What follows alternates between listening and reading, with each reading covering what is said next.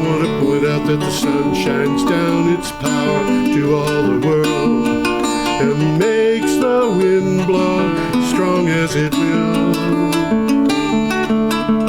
I want to hope gentle rains can fall upon the land, so lovely earth can stay lovely still. Hello, ladies and gentlemen. Welcome to the 490th edition of Energy Week with George Harvey and Tom Fennell. We're approaching the magical 500. We are indeed. In fact, I looked and it's 10 years.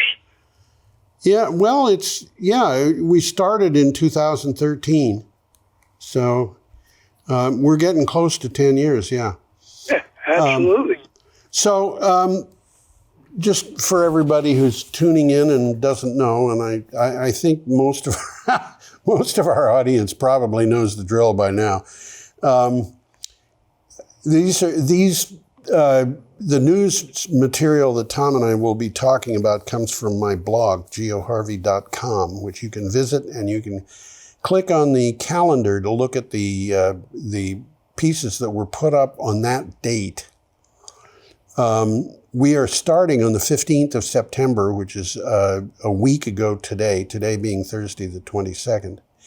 So we're starting on Thursday, and if you want to look at the individual articles that we're talking about, you can do it by going to geoharvey.com and clicking on the calendar, or you can go down, wrong way. I'm pointing now down. That's the easiest way to do it. Yeah, go down to the files that are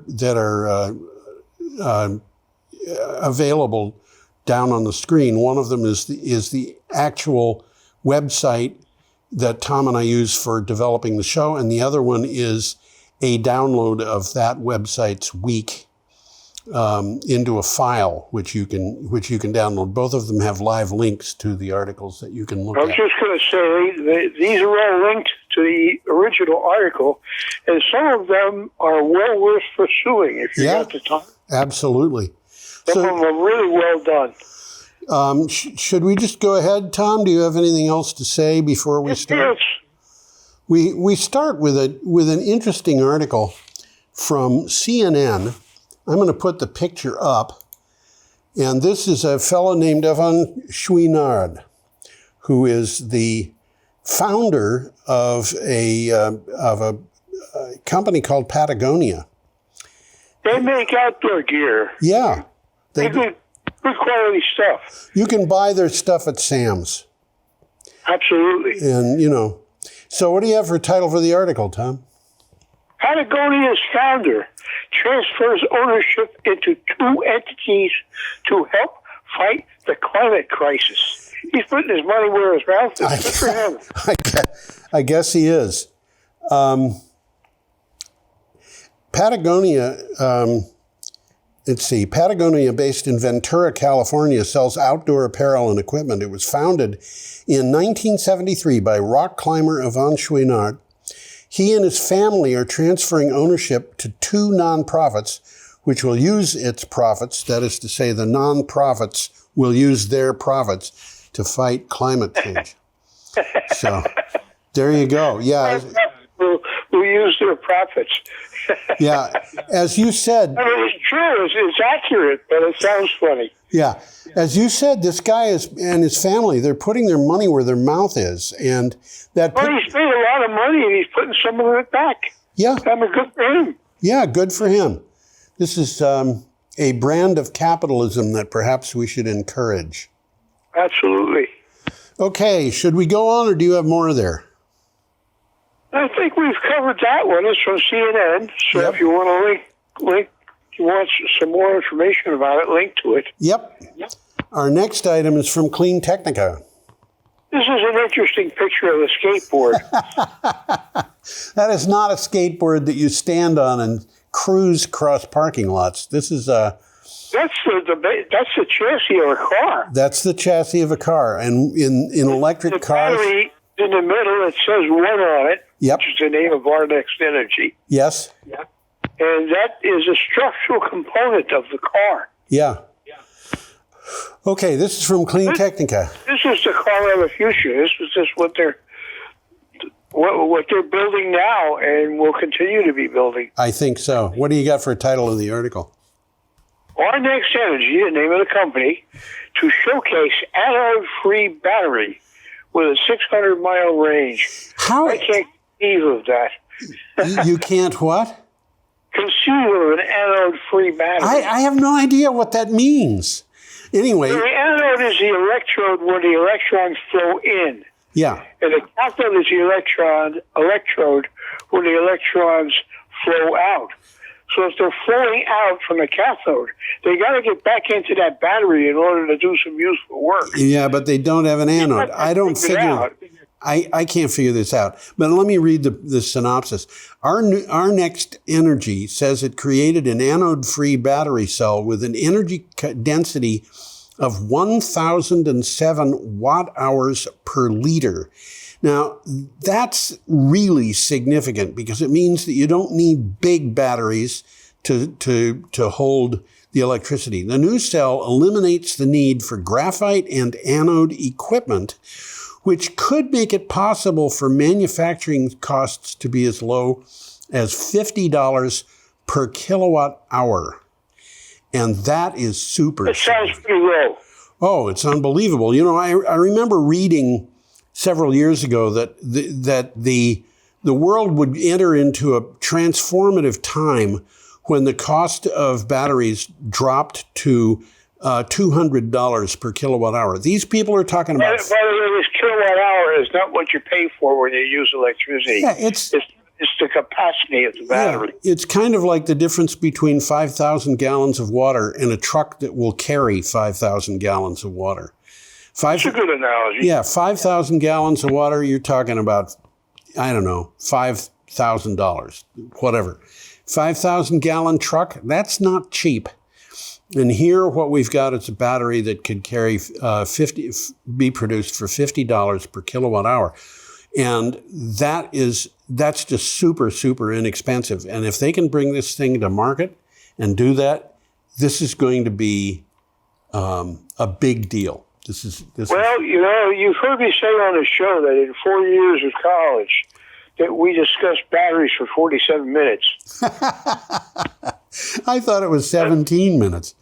There's been a lot of interest and development in batteries. There's been more interest in development in batteries in the last 10 years than there ever were before that. Yeah, and you know what? We're going to have more about batteries in this show. Well, there's getting to be very essential. Yes, they are. Yes, they are. So should we move on, Tom? Yeah, I think we ought to move. Okay. We have a leap motor. Well, this is interesting. This is also from CleanTechnica. And what it's a Chinese car, and I guess it's the law in China. You got to have funny names for them in English. You know, the way the Chinese are, it might be called a leap motor in China. Oh, it is. Is that? Do they use that kind of English? They use the English word to describe the car. Man, this is like BYD, which is Build Your Dream, and that's the name of the. That was what I was just looking for. Build Your Dreams. Yeah. So what is a big company? Yeah. What is the name of, or what is the title for this article, Tom? Well, it comes from CleanTechnica. Yeah. And I quote, "Leap motor starts exports of the TO3."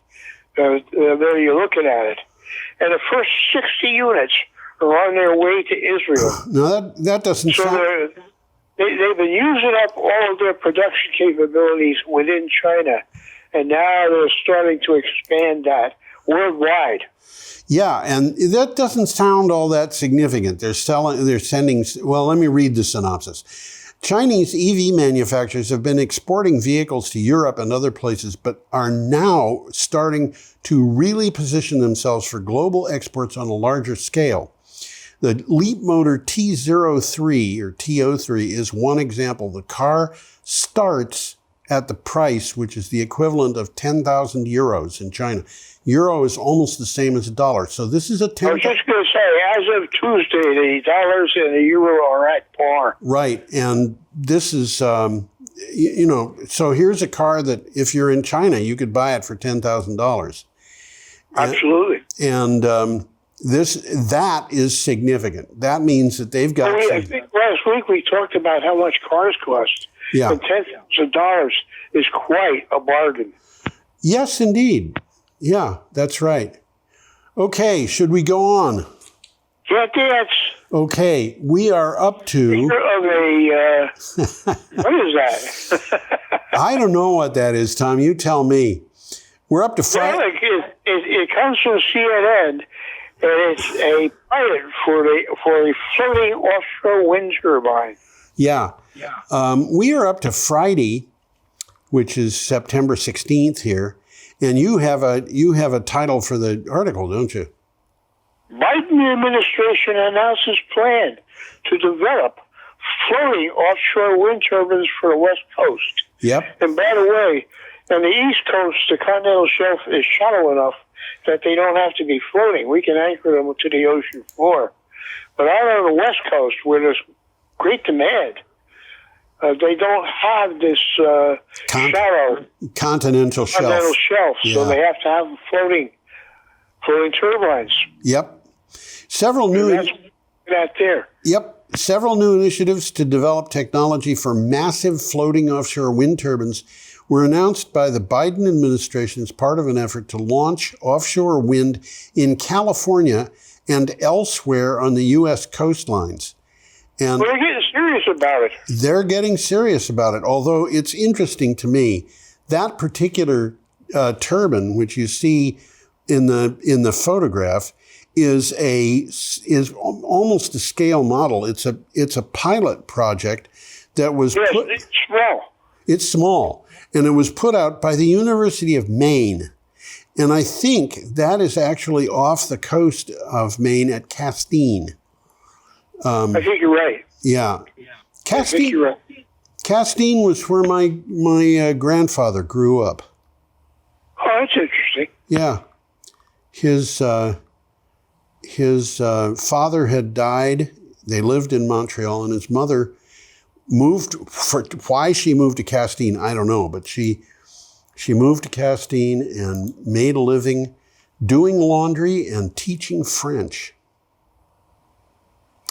So there you have it. There you go. Is there more about that, Tom? Well, I have read that there's more than enough potential for anchored to the floor turbines in the East Coast to power the entire country. Yeah, we've got the amount of renewable energy potential that we have in the United States is a huge multiple of what we need. Absolutely. Yeah. It's a good place to be. Yes. Okay, should we go on? Well, we got to stop burning things. You're absolutely right about that. We have to stop burning things. So the question is, should we go to the next article? I'm assuming, yes? Yep, we got a picture here of some batteries. Did I just say that we were going to do batteries again in this show? You did say that. I did indeed. This is from CleanTechnica. What do you have for a title? New, quote, Gen 6 BMW battery promises a 620-mile range. Now, that's not too shabby. No, it's not. But, when I first read this, I thought, is that the same thing they were talking about earlier? Or, and I had to look into it. This is an entirely different battery. This is not the anode-free battery that we were just talking about. When BMD... different kind of battery. Different kind of battery. When BMD recently announced the 46-millimeter round battery format, they said the new cells would offer more range than their current EVs. But we didn't know how much more. Now we do. Over 1,000 kilometers, which is about 620 miles. The Gen 6 EV battery also offers significantly faster charging. So you can drive farther, and it takes less time to charge. Well, we're in a transition time now. Yes. And these electric cars are still new in people's thinking. That's and true. There's a lot of new ideas coming up. That's true. That's true. And this business about the research that's being done on battery technology is just amazing. There are so many. We've probably done more in the last 10 years than all of our everything we've done up till then. You know, Tom, I think we may spend more time talking about batteries in this show than you spent learning about batteries in your entire college career. I think you're absolutely right. Batteries were just an afterthought. I think I've already said it on the show today. Yeah, you did. 7 minutes in 4 years. Yeah.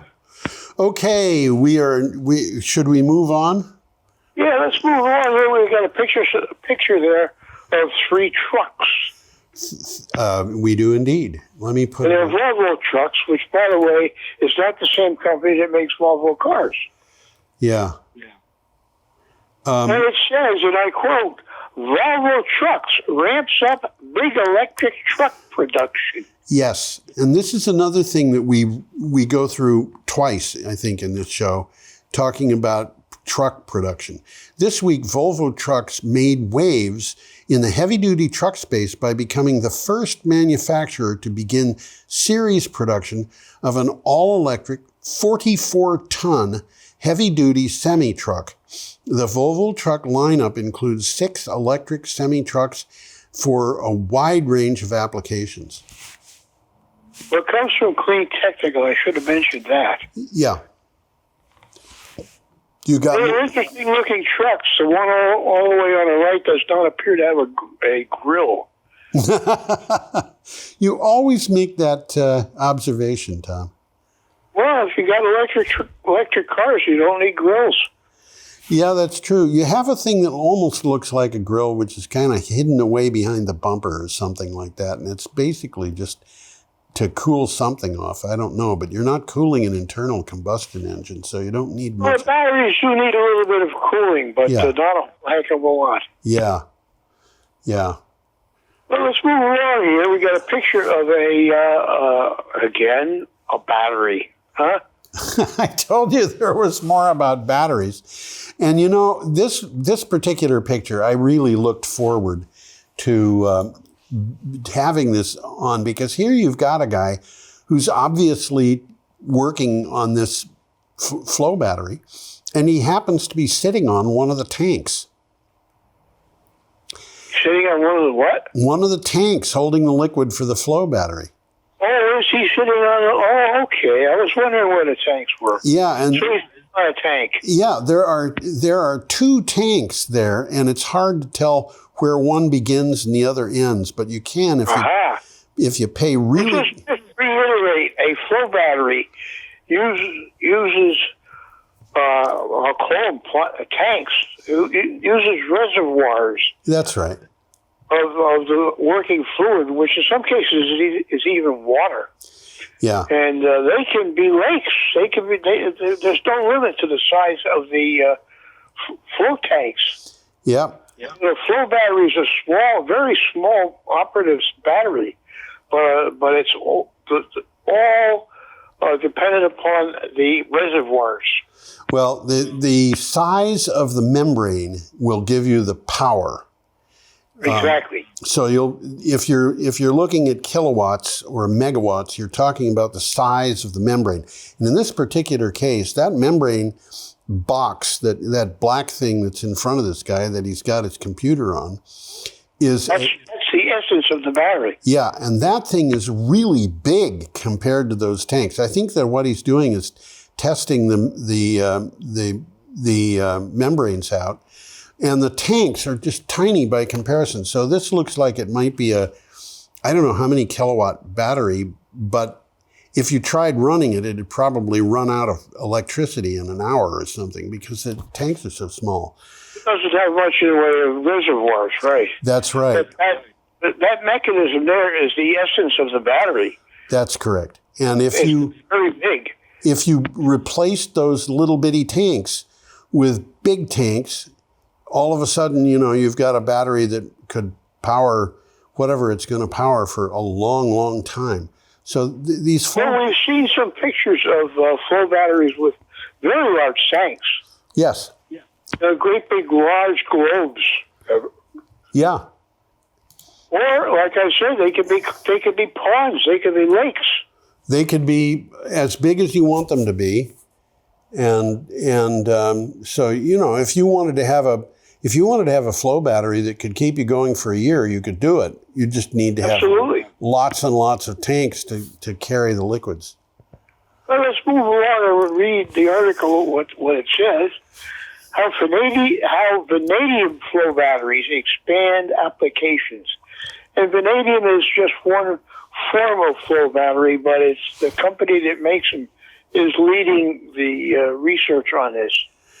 There are many reasons why microgrids with battery backup have such great popularity now. Vanadium flow batteries have commercial advantages over other energy storage systems because of their inherent efficiencies and life cycles, which do not exist with other energy storage technologies. And you don't need the word vanadium in that sentence. No, you don't. Proprietary thing. That's it makes these things. Vanadium is a metal. It's a chemical. Yeah. It's a chemical element, and you can make these flow batteries out of other things, and you don't need vanadium for them. But this particular this is kind of a brand name. Is it? Okay. I mean, it's probably made out of vanadium, but I mean, it's a brand name. It's specific to one company. Okay. But as I said, there are other kinds of flow batteries, and vanadium, the metal, is rather expensive, and that's one of the problems with vanadium flow batteries. But yeah. Go on, Tom. The article says they have inherent efficiencies and life cycles. It doesn't exist. These advantages do not exist with other energy storage technologies. They have their advantages. Absolutely, they do. Okay, should we move on? Coming up, we saw one a couple of weeks ago where they use gravity. Yes. Yeah. Yep. Okay. We have, should I move on to the next one? Yeah, let's move on. Let's look at a future city. City of the future. This is the city of the future. Don't be fooled, though. It's not necessarily the city for everybody for the future. Okay, this is from CNN. These are skyscrapers using artificial intelligence. They were designed using artificial intelligence. Yes. And so what do you have with what do you have? It comes from CNN, and it says an architect asked artificial intelligence to design skyscrapers of the future. This is what it proposed. An architect and computational designer based in New Delhi, Manas Bhatia, has a bold vision of the future where residential skyscrapers covered in trees and plants and algae act as, quote, air purification towers, end quote. His ideas were rendered into images by AI. And the image that you're seeing there actually is the product of the artificial intelligence that he was using. Exactly. But he had the interesting point is they're all green. Yeah. They all have stuff growing on them. And for what it's worth, I live in a high-rise apartment house here in Brattleboro. And there's 62 apartments. And I went out just after reading this article and looked. And out of 62 apartments, there's probably only 10 that have some greenery on the porch. Wow. Well, in order to do this, he had to describe to the artificial intelligence what he wanted. And then the artificial intelligence, based on his description, which I think was just an English language description, designed these towers. Now, he had to do it a bunch of times before he came up with something that he liked. And this is what he came up with. And I don't know where the greenery starts and the buildings end here. There's greenery all over the place. Well, that's the story, really. Yeah, it is. It is. He wants everything to be as green as possible because that greenery is going to purify the air. Well, for from the article, one where residential skyscrapers covered in trees, plants, and algae act as air purification towers. Right, that's right. And that's an interesting approach to, it's an interesting approach. It's certainly doable. And like I said, nobody in my apartment house has plants on their balcony. And the housing authority is very strict about what you can put on your balcony. But they don't ban plants, but still people don't do it. Well, I don't know what to say to that. If I were living... I'm going to put a plant out there. Okay. Definitely. They're going to put a little tree. I think that's a good idea. You know, I've got a whole bunch of, we have, where I live, we have trees in the driveway. We don't have cars in the driveway. At least we have one, actually, because there's one person who parks at the end of the driveway so that... well, if you got a tree that's not doing anything, I got a place for it. Yep, and we've got, I don't know how many trees there, but there are lime trees and blood orange and Meyer lemon and figs of 3 different kinds. There's actually at least 3 different kinds of limes. And there's a bunch of other tropical and subtropical trees, and they come in the winter. So we have a lot of greenery. In my living room, I share that room with 6 trees during the winter. And so you bring the trees inside in the winter. Bring the trees inside. And in fact, I have recently been harvesting from those trees finger limes, Australian finger limes, which are called finger limes because they're about the size of, well, they're a little smaller than my pinky. But if you cut one of these things in half and roll it between your fingers, the little vesicles inside roll out, and they are spherical, and they look like caviar, but they taste like lime. Interesting. Yeah. Yeah, it's an interesting fruit. And I also have macrut limes, which you can dry the rind and use it, grind it, or grate it as a condiment. So there you have that. Should we go on, Tom? Yeah, let's move on. We're looking at somebody recycling fishing nets. Somebody recycling fishing nets. Let me get that up. There you go. This is from CleanTechnica, and it's BMW to recycle fishing nets in new electric cars. Yeah, in what BMW is calling, quote, a first for the automotive industry, end quote. It's Neue Klasse EV. Neue Klasse means new class. Set to launch in 2025 will feature plastic parts made from 30% recycled fishing nets and ropes, resulting in trim pieces with a 25% smaller carbon footprint than plastic parts made more conventionally. Well, that's encouraging. It's a step in the right direction. I think it is. Yeah, the Germans though have been very big on reuse and recycling for especially in its automotive industry. And I remember being told several years ago that if you bought it wasn't BMW, I think it was Mercedes, it was almost guaranteed that there was at least some part in that car that was not new when the car was made. Because they recycle things and they reuse things.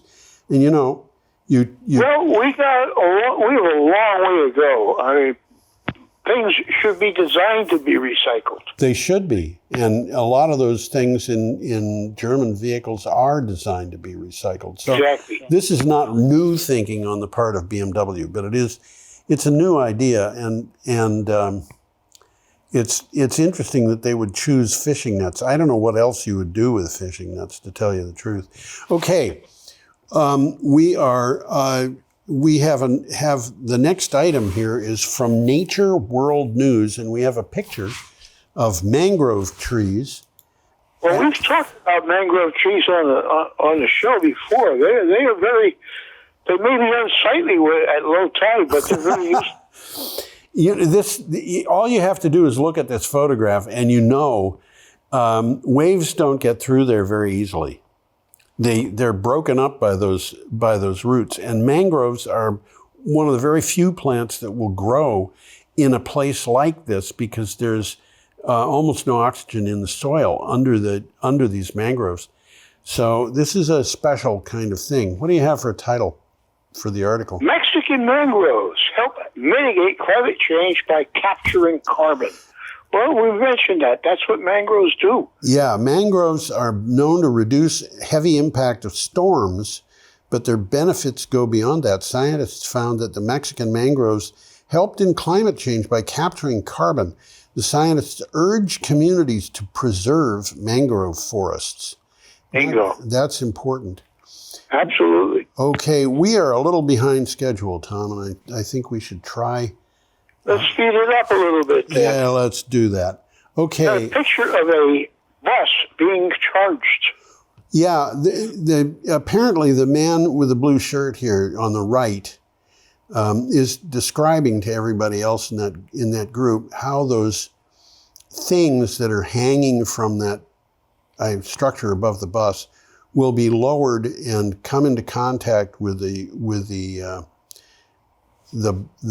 bus. I don't know what they come into contact with electrodes on the roof. There you go. You know the word. This is from Clean. Interesting, because I've seen this before, where the recharging things were buried in the pavement. Yes. Okay. This is from CleanTechnica. What do you have for a title? Buy Clean Company takes center stage at U.S. Department of Transportation and other agencies. Yeah, the Buy Clean Task Force announced that the U.S. government will prioritize low-carbon procurement across 4 categories. Those categories are steel, concrete, asphalt, and flat glass. Department of Transportation Secretary Buttigieg said he will apply the same principles for the entire Department of Transportation. Well, that's a step in the right direction. I think it is, yeah. So, do you have more on that, or should we? I think we should move along. Okay. Our next picture here of, are you ready for this? Yeah. A farm. Oh my gosh. Imagine such a thing. It looks like a farm. It says right on it, it's Walnut Farm. Now, does that mean that they're farming walnuts, or is a walnut just the name of it? I think it's just the name. They've got a field that's been planted with something. I can't tell what it is. Doesn't look like walnuts. Doesn't look like walnuts. No, I can't tell what it is, but I've never seen a walnut that looked like that. Okay, this is from KRWG. That sounds like a radio station. Sure does. As farmers split from the GOP on climate change, they're getting billions to fight it. Yes, the U.S. government conservation programs are meant to help farmers as they confront the worst droughts and unprecedented rainfall and flooding of climate change. The farmers... What's happening? It's happening. The farmers might not change parties, but they may change the way their party's climate change policies. Yeah, that's a little bit awkward, but I think we know what you mean. I think it's a little awkward. Yeah, the farmers need help dealing with climate change. They know it. They know that climate change is happening. They're knee deep in the fields. They know Absolutely. What's going on. They're the ones who suffer the drought, and when the floods come, they suffer from the floods. They're right out there on the edge of nature, and they know what's going on. And the Republican Party, many of them are Republicans, and they continue to support the Republican Party, but they know what's going on with climate change. Okay. Right. Okay. They're right in the middle of it. What's that? They're right in the middle of it. Yeah, they are. What's going on with the climate? Yeah. Okay, we're up to Monday, September 19th, and we have a picture of something. I can't tell what it is. Oh, it's an offshore wind farm. Oh, is that what that is? Global Offshore Wind Alliance launched. This comes from Renew News. That's right. A new multi-stakeholder alliance has been set up with the aim of driving installed global offshore wind capacity up by, ready for this, 670% from... That's sevenfold. Yeah, from 57 gigawatts in 2021 to 380 gigawatts in 2030. So 57 to 380. The Danish and U.S. governments There's more to go.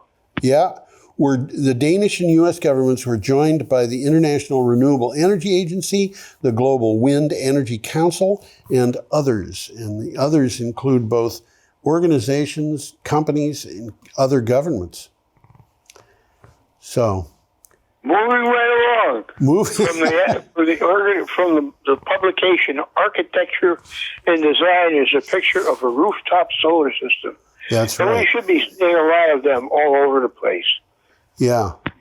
You know, and it's only inertia, but once people get used to the idea of generating at least part of their own power, they're going to figure that, you know, a penny saved is a penny earned. That's right. This is from Architecture and Design.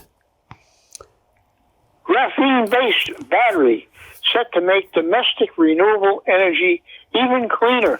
You know, all right, let me read the synopsis, and then I've got something to say here. Zero Emissions Developments, which is based in Brisbane, has developed an emissions-free technology to create batteries from graphene. And it is set to transform the solar energy industry by offering a sustainable, cleaner, and more reliable energy storage solution. Now, this is a third article that we've talked about this week that is dealing with batteries.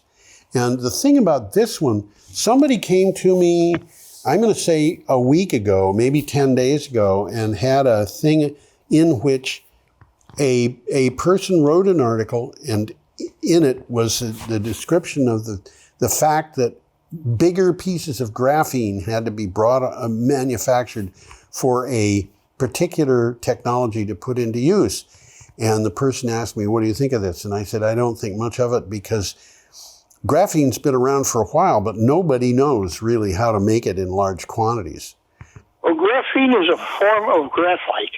That's correct. It's like... It's a single layer of carbon atoms arranged in a two-dimensional honeycomb lattice, sort of like a window screen. Sort of. But the thing is, graphene is a sheet of this material, which is however big it is in terms of length and width, but the thickness is one atom. And yep, exactly. You know, they make the stuff in small quantities in the lab. Big quantities, that's another matter. And these people in Australia must have come up with a solution to what they're doing in order to be able to... Yeah, big quantities. Yeah, and this is just one more example of technology and the fact. And by the way, I want to mention one thing about technology, and that is technology does not mean computers. Technology does not mean a lot of things. And technology, I will maintain, is older than human beings, because other primates use technology. Bonobos, for example, which look like chimpanzees, make spears. And they've known how to do this for a long time. And, you know, this is something that older bonobos teach younger bonobos, I guess. It's technology. So before we get too involved in saying, I don't like technology, I'm not enthralled by computers the way that I was at one time. But anyway, that's... Let's move on here. We got an interesting picture of Lake Powell and what has happened in 20 years. Let me put that up. There we go. This is stunning. This lake is just drying up. And you can see it. You know, this is a 22-year period. But well, what you're looking at there is part of the Grand Canyon. Right. And the Grand Canyon has the Colorado River running through it. Right. And because of the lack of rainfall, the drought conditions, it has shrunken tremendously. We've shown bathtub ring pictures over and over again on this show. This is the first image, and this did not come from CNN, by the way. It's something that I just discovered looking at Wikimedia Commons. But this is the first image that I have seen that really shows almost... If you look at this on a map, it should be turned counterclockwise one quarter of a turn, because that river there spans the border between Arizona and Utah. Okay, what do you have for a title for the article, Tom? The upstream water used to keep Lake Powell in action is running out.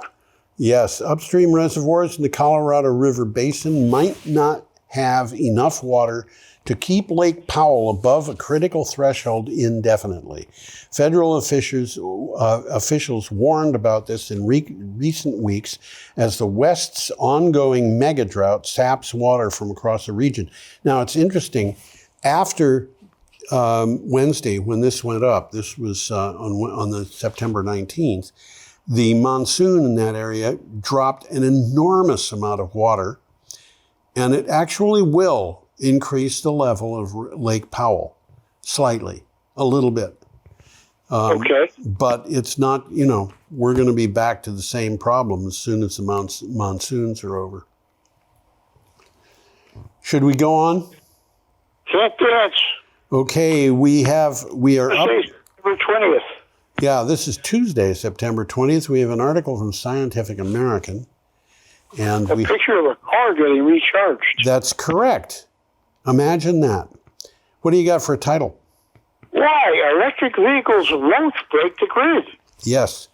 Days after the California regulators approved a plan to ban sales of new gas-powered cars in 2035, the grid operator asked people to delay charging EVs while the demand was driven high in a heat wave. Renewable energy naysayers made a lot of fun out of that, but grid operators and utilities say the EVs will not be a problem. Well, it's interesting that they have that option. Yeah. And there are a bunch of reasons why the EVs will not be a problem. And one of them is you can have EVs charge at a time when demand elsewhere is low, which means... That happens a lot. Yep. Because electricity is cheaper then. Yep. And the other thing is there is such a thing as two-directional charging, which means that the grid can charge the EV, but the EV can charge the grid too. And that happens when the demand fluctuates. And that means... Well, eventually you're going to see a kind of a network of chargers being part of the grid. Yes, and the EVs... Cars are going to be part of the grid. The EVs will make things easier for the grid rather than making things more difficult. Yeah. Okay. Next. Well, we got a picture of a wind plant in Shanxi, China. Yes, we do. Imagine that. And this is from China Daily, and I want to kind of warn everybody that China Daily comes up with a little bit of propaganda every once in a while. Well, it's Chinese. Yes, it is. Isn't that amazing? The government controls everything in China. It's still a communist country. Well, they claim it's a communist country, but they have a stock exchange. Oh yeah, it's a very it's an odd communist country. Modified communism. Modified communism. There you go. Mao Zedong would not have approved. I don't think so. What do you have for a title? China begins to lead the way in renewable energy. Well, good for them. Yeah. I'm not surprised. Yeah. China's total installed capacity for renewable energy generation has risen to, get this, 1.1 billion kilowatts, which is 1,100 gigawatts. And bingo. What is that, Tom? That's 1,100 bigawatts. Gigawatts. 1,100 of them. In 1 decade, with generation capacity of hydropower, wind, solar, and biomass, the National Energy Administration says the current 5-year plan would have 50% of the electricity coming from renewables at the end of the 5-year cycle. So we can do it. That's doable. Yeah. As I said, this is propaganda, but on the other hand, I think that there's times when people should be allowed to brag. Well, in the long run, we shouldn't be paying for fuel. And, it's the economics, stupid. That's it. You're right. Okay, you done with that one? I think so. Okay. Our next item is from CleanTechnica, and we have a picture of an electric street sweeper. Got one of these in Brattleboro now. I don't know if it's electric or not, but it comes by my house every night at 10 o'clock. That's just to keep you awake. It looks like that, too. I don't think it's electric. Okay. What do you have for a title? U.S. Hybrid gets order for 62 electric street sweepers. Yes. Semi-truck electrifying firm U.S. Hybrid had a lot to be excited about this past weekend after the company signed a deal to supply global environmental products with enough of its proprietary electric and hybrid electric propulsion kits to build 62 zero-emission street sweepers. Now, they provide a kit that you can use on your own vehicle to convert it. To convert it, that's right. And there is a picture of one. You can see, reading the stuff on the side, world's first Class 7 electric street sweeper. And, you know, they're starting to get serious about some of these things. I noticed that BMW and I forget which the other firm was that we were talking about earlier in the show. Companies are coming up with these trucks. Tesla was promising a truck several years ago, and they still haven't got them on the road. And I don't know what's going on with all of that. But, you know, that's the way things work. Well, you got progress on the one hand and you got inertia on the other. Yes. Okay, we're up to Wednesday, September 21st, which means we've only got 3 articles left. I'm going to put this picture up. That's an interesting looking building, isn't it? Isn't it? The article from BBC had the Taj Mahal on, and it was a beautiful picture of the Taj Mahal. And I couldn't use it because it was copyrighted, and I didn't want to have my blog be copied into another blog that, you know, this becomes, I could use it, but there's there's organizations that use my blog as source material, and they're tempted to copy the photographs, and that one was covered by copyright. So if they were not nonprofit, then they couldn't legally copy it. But I went into Wikipedia and came up with this, which is the Taj Mahal. Interesting looking building, huh? Yeah, and it's also called the Pink Palace. And basically, those windows, I think the way I'm getting this is they're carved out of stone. And so they have these stone openings that, you know, keep the birds out, but they allow a breeze through. This is from BBC. What do you have for a title? How India's lattice buildings cool without air conditioning. India's architecture once featured intricate lattice structures cut from marble or red sandstone in ornamental patterns. Jolly was an architectural feature in India between the 16th and 18th centuries.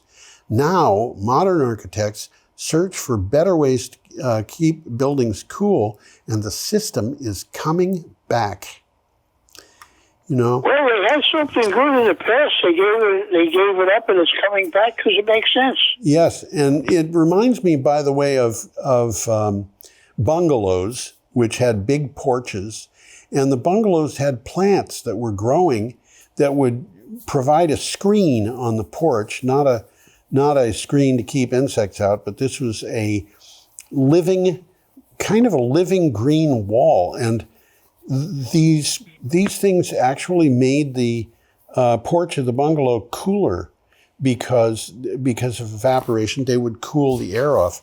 So, you know, there are a lot of old ways to do things. In Persia, they had air ducted through subterranean areas with water, and the air would come into the building, and then the hot air would rise, and it would get out through a solar-powered chimney. Yeah. Okay. Our next item is, should I go on, Tom, or? Yeah, let's move on. Okay. The transparent car. Yeah, we have this car. Yeah, and this is from CleanTechnica. Bosch warns auto industry about putting all its eggs in a lithium-ion basket. Yeah, Marcus Hein, or Hain, the head of the mobility services for Bosch, has some strong opinions about the auto industry's reliance on lithium-ion batteries. He is not claiming fuel cells are superior to lithium-ion batteries. What he is claiming is that we should have a backup plan. And the backup plan is in case it turns out that the demand for lithium-ion batteries is too high and can't be filled. What other way would we have of doing it? Well, that picture describes a hydrogen-powered car. Yes, that's right. And those yellow things are the hydrogen tanks. That is right. At least that's my understanding of it. So this... And they're actually using hydrogen cars in California. California, you could drive around and buy hydrogen. Yeah, and Toyota has been very big on the idea of having hydrogen fuel cells in all kinds of vehicles. And well, I tell you, hydrogen doesn't strike me as being the ideal thing to have on board a car. No, I agree with you, Tom. And in fact, Elon Musk calls the fuel cells, he refers to them as fool cells, because he really looks down on this kind of technology.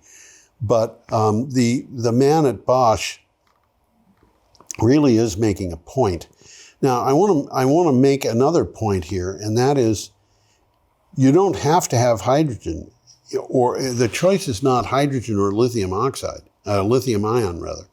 There are lots of other ways that you can fuel cars. There are a lot of flammable gases. Yeah. And hydrogen is kind of a tricky one. It's very difficult to store. Yeah, it's hard to store. It's extremely light, so you don't have very much of it in those tanks. You could store it.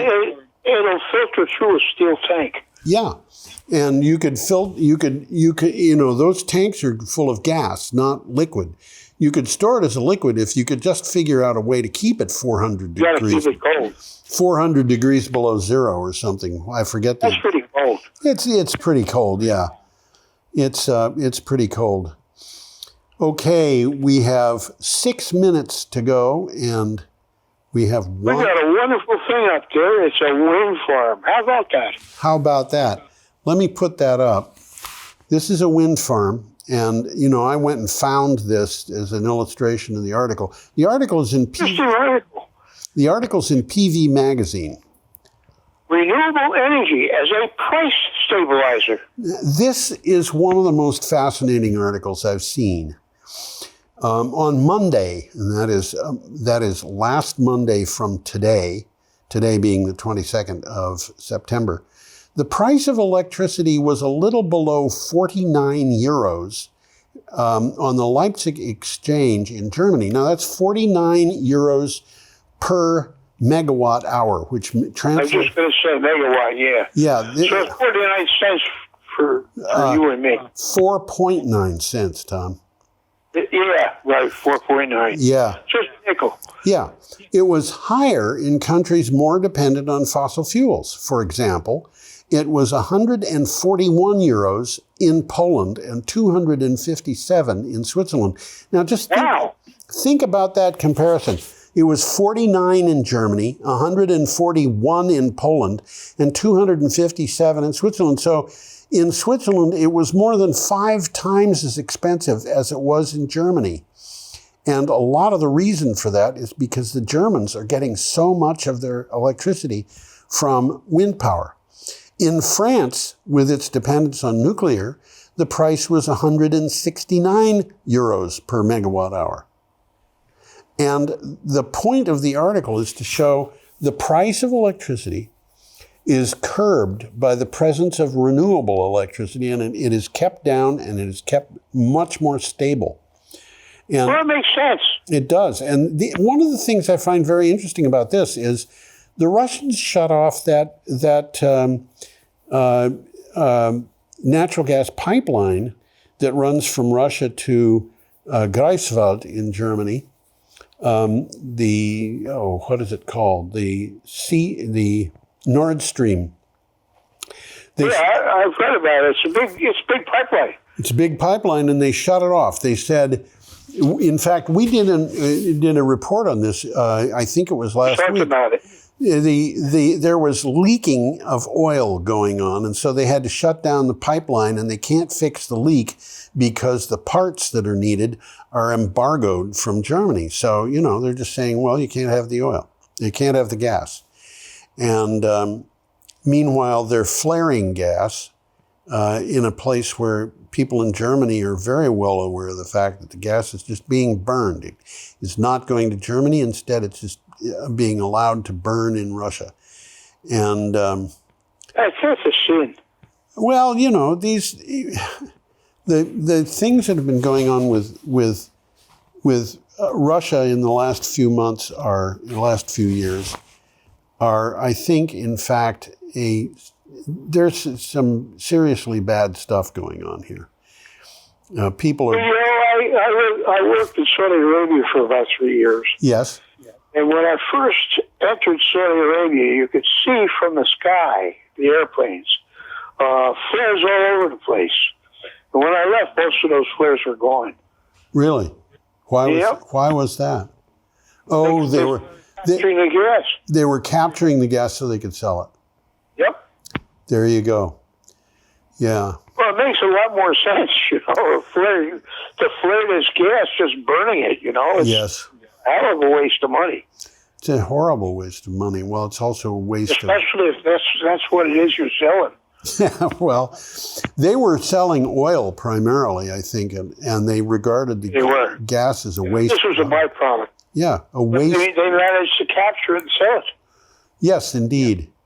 So that's the end of our show. Yeah, I think so. That's the last article. Interesting stuff. More good news than bad news, but I think that's the case.